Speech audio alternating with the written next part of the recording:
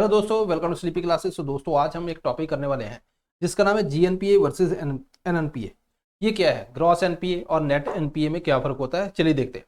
उससे पहले ना हमें थोड़ा सा हम आइडिया ले लेते हैं कि नॉन परफॉर्मिंग एसेट क्या होता है। देखो, बैंक जो आपको बड़े भरोसे से लोन देती है मेरे दोस्तों तो उसको टाइम पर देना जरूरी है। अब मान लीजिए बैंक ने लोन दिया, अब वो सामने वाला जो था उसने ना कोई किस्त वापस की, मतलब ना इंटरेस्ट ना प्रिंसिपल, कुछ भी नहीं वापस किया।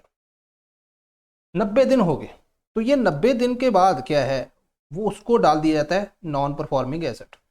जैसे मान लो, जब मैं पढ़ता था तो 2-3 अटेम्प्ट के बाद मुझे लगा कि यार मैं भी एनपीए हूँ क्योंकि एनपीए समझ आ गया था कि है नॉन परफॉर्मिंग एसेट, ये परफॉर्म ही नहीं कर रहे है ना, एग्जाम नहीं क्लियर हो रहा। तो बेसिकली ये है।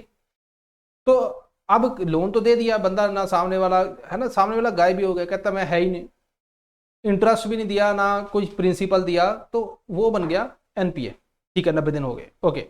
अच्छा, उसके बाद क्या आता है कि जैसे मान लो 90 दिन के अंदर अंदर जो, अगर आप मान लीजिए कुछ ना ईएमआई वगैरह अपनी प्रॉपर दे रहे हो, वो स्टैंडर्ड एसेट है, परफॉर्मिंग एसेट उसको बोलते हैं कि परफॉर्म कर रहा है, बैंक लोन देती है बड़े है ना उसके साथ।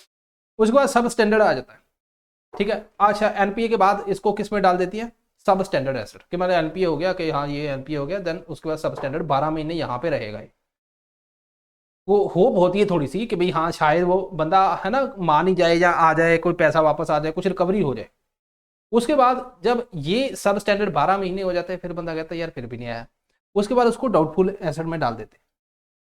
डाउटफुल में, अच्छा डाउटफुल में भी अभी भी हिम्मत है कि भाई आएगा, रिस्क बढ़ गया। अब मन में कभी कभी रात को सोते टाइम बैंक के लग रहा है कि यार शायद ना आए, ठीक है, लेकिन फिर भी सुबह उठ के एक एनर्जी आती है कि नहीं आएगा।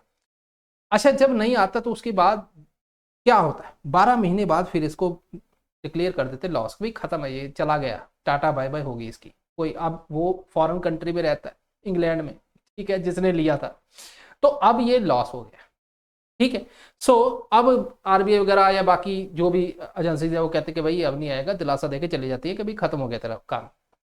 तो इट मीन्स कि बैंक का जो लोन है, लोन देती है, आप ईएमआई भरते हो, अगर नहीं भरी तो एनपीए, देन उसके बाद ये पूरी स्टेज, उसके बाद भाई खत्म है ना। अब यहाँ पे अगर आप ये देखोगे, वो है advance mentorship batch. Advance mentorship batch जो है स्लीपी क्लासेस का दोस्तों, इसके अंदर लाइव क्लासेस, टेस्ट सीरीज और as well as answer writing है।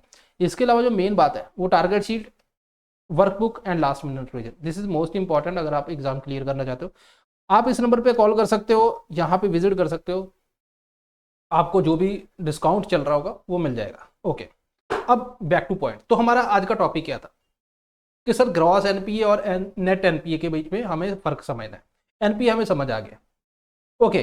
तो अब यहाँ पे थोड़ा सा इसको चालू करते हैं कि मान लो कोई बैंक, ठीक है, बैंक जो है ना टोटल, लेट से कि टोटल 10 लाख का लोन देती है,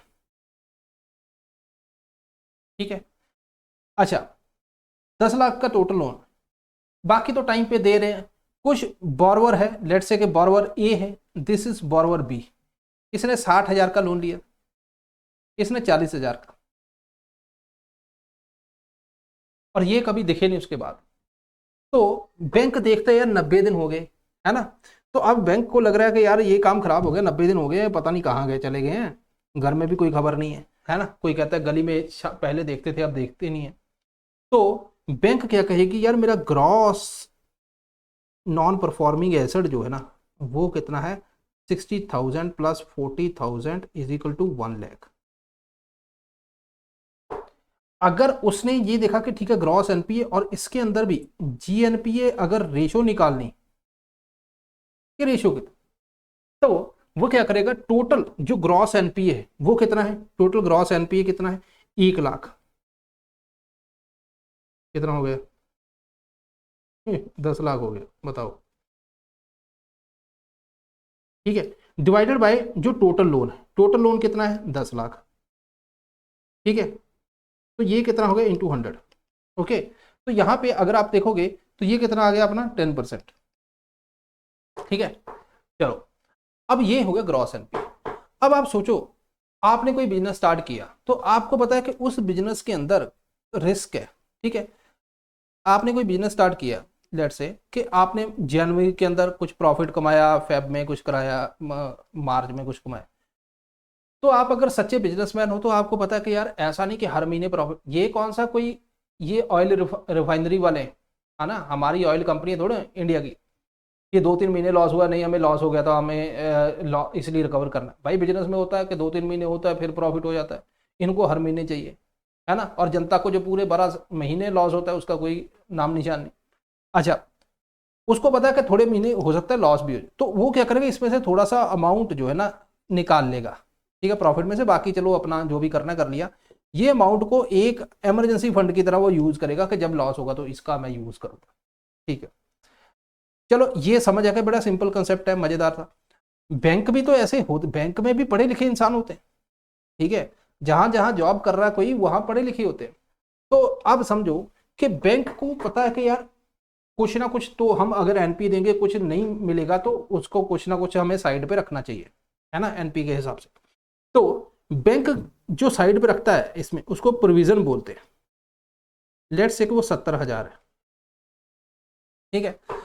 तो अगर आप ग्रॉस एनपीए देखोगे 1 लाख है, तो अगर आप यहां पे नेट एनपीए देखोगे, नेट एनपीए, तो वो कितना आएगा, ये 1 लाख जो है ना gross NPA, gross NPA minus provision, तो ये कितना आ गया, 1 लाख में से आप 70,000 निकाल दो तो ये कितना आ गया, 30,000, ठीक है।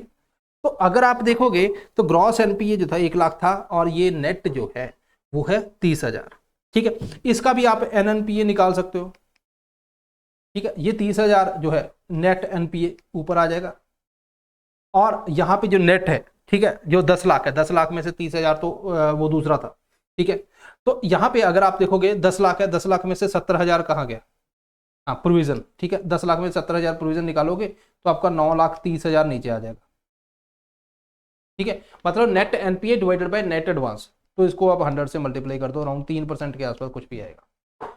सो आप देखो कि ये वाला खतरनाक, ये तो उन्होंने, अगर आपको मान लीजिए सपोज करो ग्रॉस एनपीए जो है बैंक का वो इक्वल हो जाता है नेट एनपीए के हिसाब से, तो इट मीन्स के बैंक ने कोई सेफ्टी ली नहीं, उसका प्रोविजन ही नहीं है, कुछ रखा ही नहीं।